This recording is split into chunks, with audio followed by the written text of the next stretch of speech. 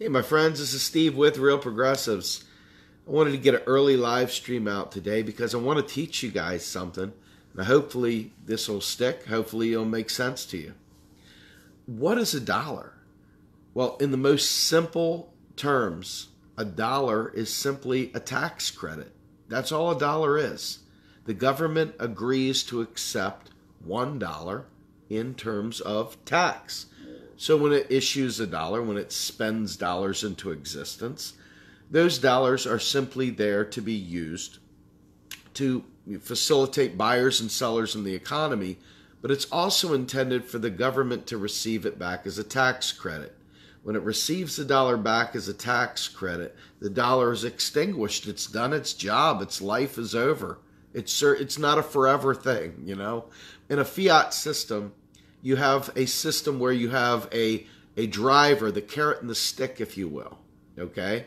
So the carrot here is that, hey, the government needs to provision itself. It needs to build an army. It needs to build a roadway. It needs to build a school system. It needs to build, an air traffic control station. It needs to do something. And it needs you. It needs labor to go out there and do these tasks. So without the government marching out there with guns and tanks and forcing you by gunpoint to be a slave and do these things, it has to have some means of getting you out there to do these things. So what does it do? It issues money into the economy and it says, here, please go do this for $100. Well, you look at this paper and you go, it's worthless, and you wipe your tail end with it and you're like, what do I do with this money? The government's like, you're right, it is worthless. So here's what we're going to do. For you to keep your house, you're going to have to pay a tax payable only in that worthless piece of paper.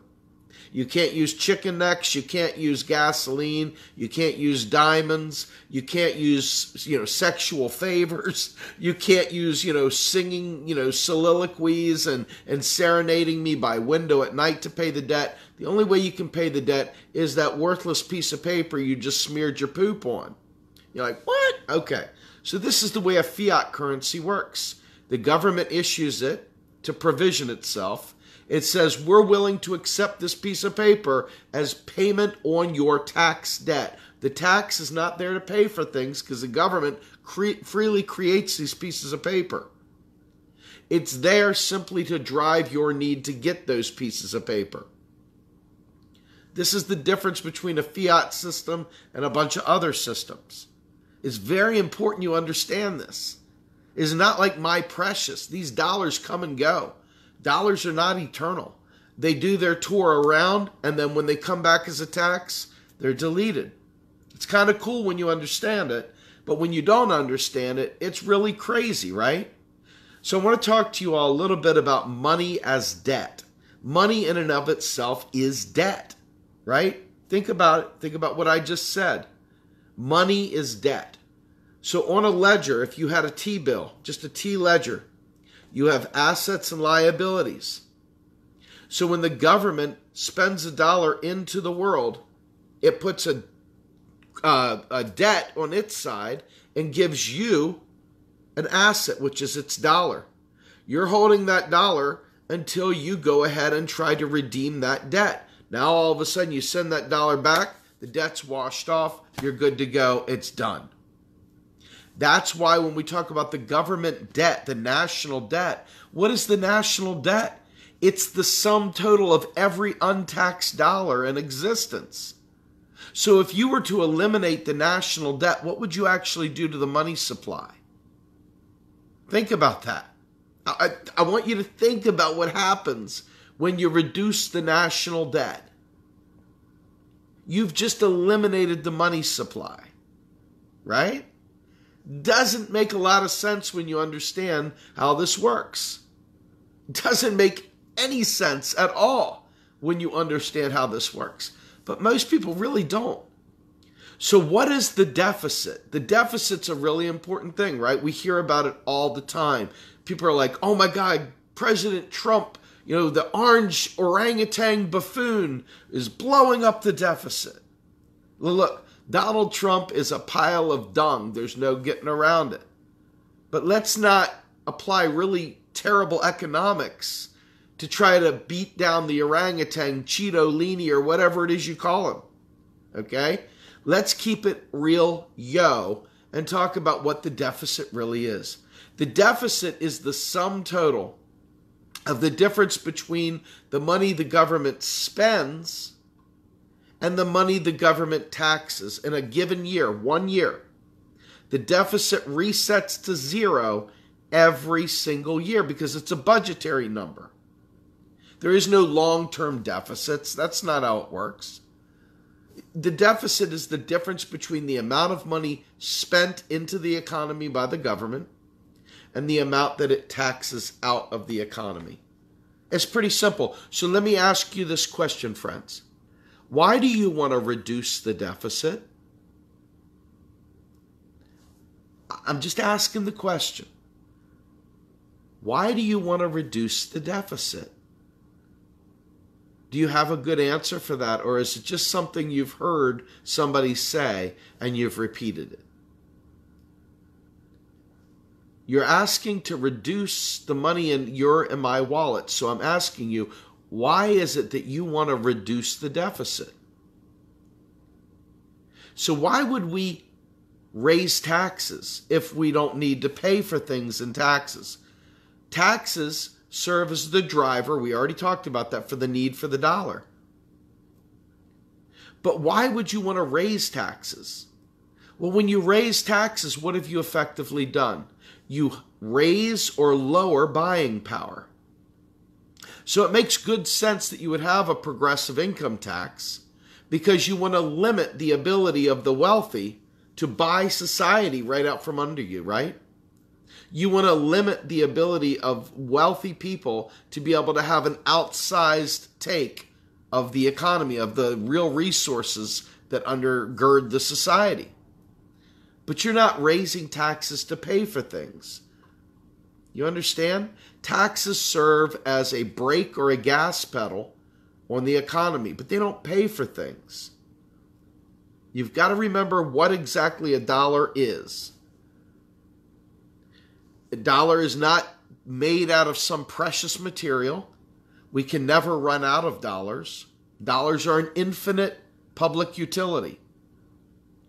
The question is, how much real resources do we have to support that dollar? And that's why we would raise taxes or lower taxes, because maybe we need to limit buying power for any given time to defend against inflation. But the idea that we could have debt-free money is a ridiculous misnomer. There is no such thing as debt-free money. Otherwise, why in the world would you want it? Why would you need it? What purpose would it serve? If you go to the coat rack at a theater and you hand them your coat and they give you a ticket, what is that ticket? That's a debt. It's a claim on a debt. They owe you your jacket. If they tried to tell you that that doesn't mean anything, that's debt-free money. But they have accepted that that coat ticket, that receipt, is a claim on your jacket. So you bring it back and you get your jacket back. Same thing at the valet service. You go bring your car to the hotel. You go ahead and hand them your keys. They give you a ticket. Ticket number 555, whatever. You go and enjoy the football game or whatever it is you're doing. You come back with your ticket, you hand it to them. They bring your car up, they hand you your ticket and your keys, and they send you on your way. You give them a tip and you call it even. But that's a claim on the car.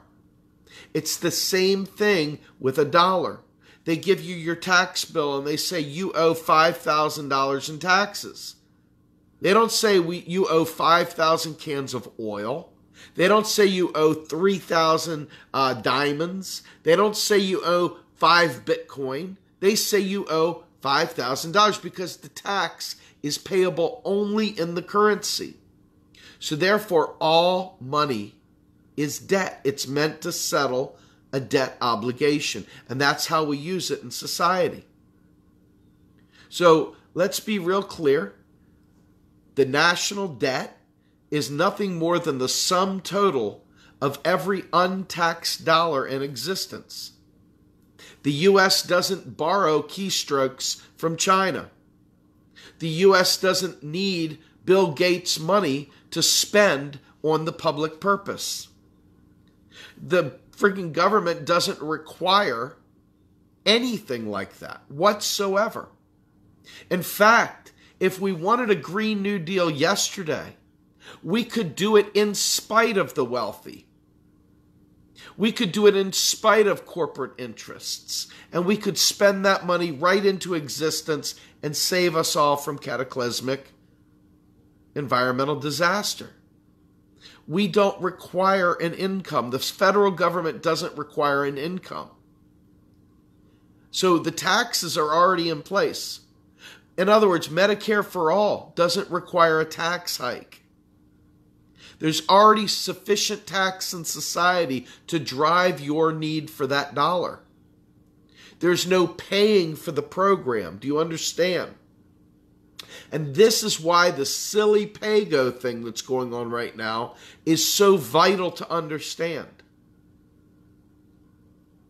There are people out there that are vote blue no matter who, that are literally because the Democrats as a bloc, unanimously minus 3 progressives, voted to institute pay-go.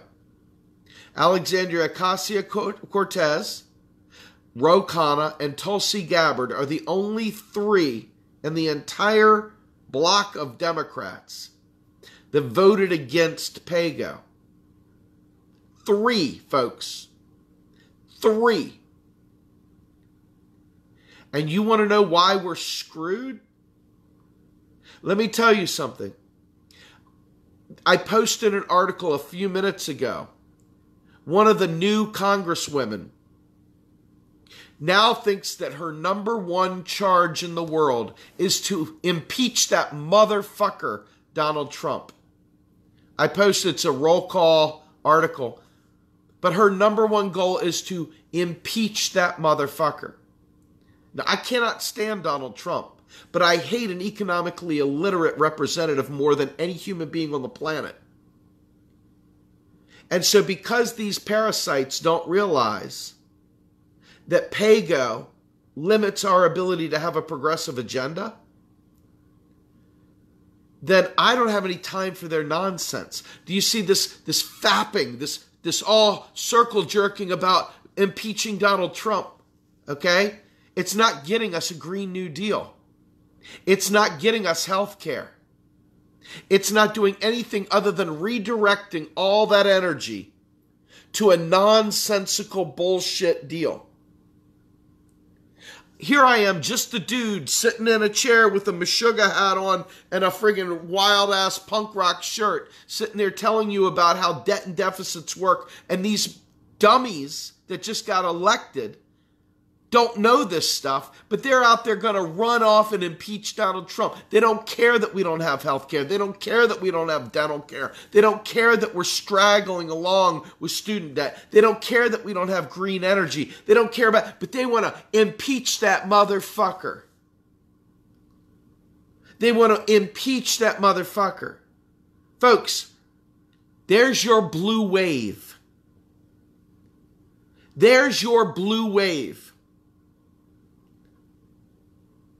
I would love to have every one of these incoming freshmen sit there with me, and I would just literally do the dance of the dead around them talking about economics. And I'm just a dude with a Meshuggah hat, with a punk rock shirt, sitting in my living room, and I can crush their soul when it comes to economics. How is that possible, that they're up there representing us, and they're going to impeach that motherfucker?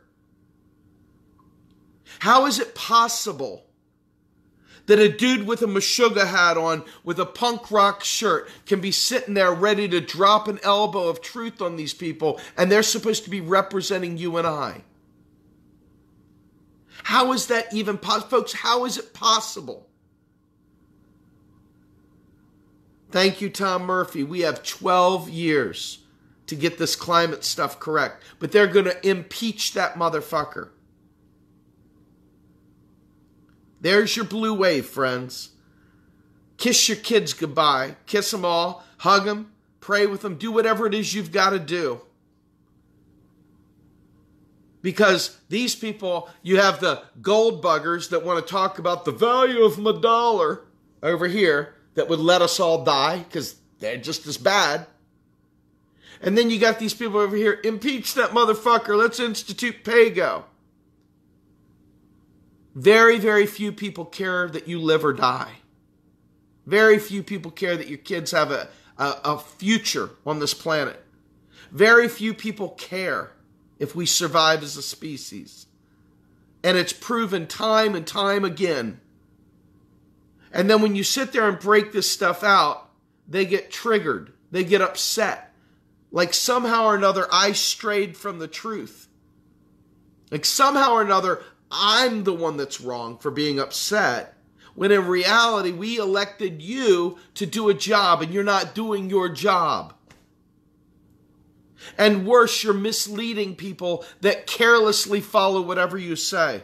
So there will be people out there, impeach that motherfucker, not caring about whether or not we solve any other problem. Because they're lemmings, they're sheep, and they do what sheep do. Bah! And that's the deal.